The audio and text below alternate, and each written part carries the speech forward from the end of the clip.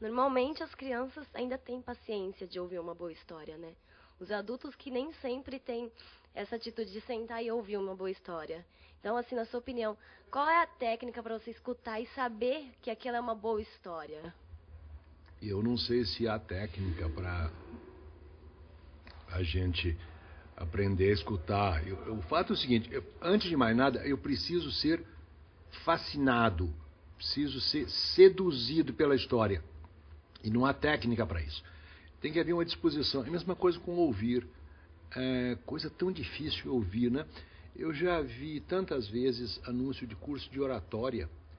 Todo mundo quer aprender a falar, mas nunca vi curso de escutatória.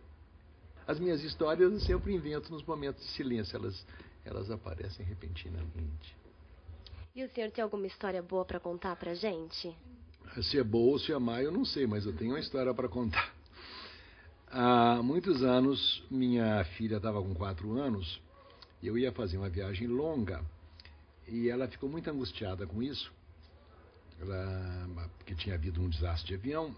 Então uma história me apareceu que eu contei para ela. Era a história de uma menina que tinha como seu melhor amigo um pássaro encantado. O pássaro era encantado por 2 razões. Primeiro, porque ele não vivia em gaiolas, ele vinha quando queria.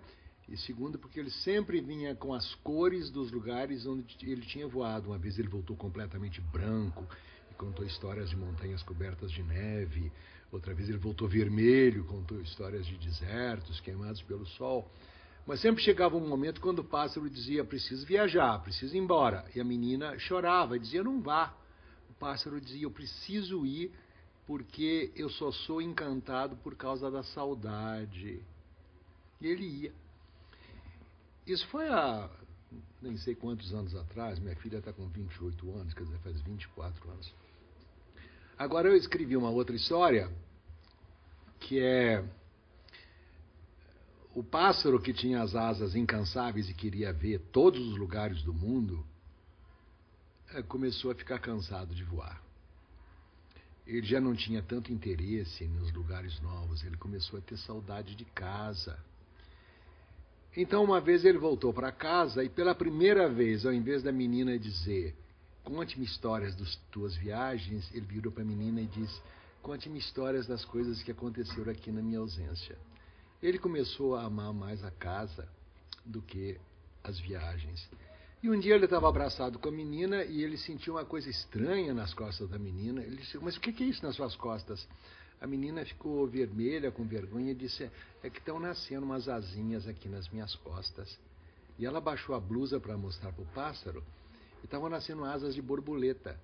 Aí o pássaro compreendeu que estava chegando a hora de a menina voar e ele ficar. Quer dizer, a situação estava se invertendo.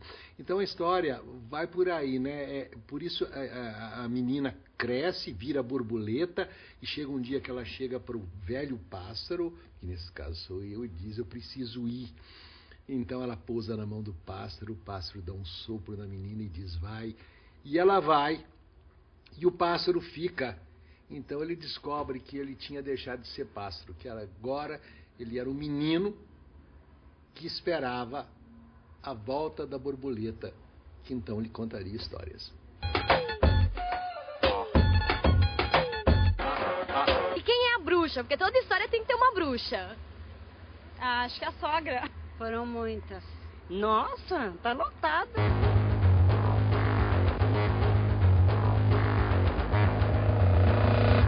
Jamal, quando você começou a cantar e por que você escolheu o rap? Olha, eu comecei a cantar há pouco tempo, na verdade. Eu comecei a cantar em 98, né? Mas eu me interessei pelo rap em 91 para 92, na verdade, que morando na Vila Missionária foi o meu primeiro contato com grupos de rap, com a música e tal. Como é cantar uma história? Olha, realmente cantar uma história é bem mais complicado do que contar, né? Porque contar uma história, eu sento aqui pra você e conto. Agora, cantar exige muito mais coisa, porque além de você ter que roteirizar, elaborar essa história, você tem que dar sentido e rima, né? Porque aí você transforma essa história em poesia, né? Porque o rap é isso, né? Ritmo e poesia. Então você contar uma história cantando e transformar essa história para poesia é uma tarefa um pouco mais difícil. Você tem uma pequena história para contar pra gente? Eu trabalhei desde entregador de pizza, entendeu? Até assistente contábil, sabe? Isso passando por office boy, auxiliar de escritório, assistente, entregador de panfleto e etc. E, na verdade, quando eu me dei conta de que eu poderia ganhar dinheiro com a música, eu comecei a tomar isso como objetivo.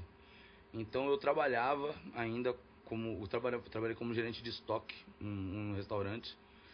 E aí com essa graninha eu comecei...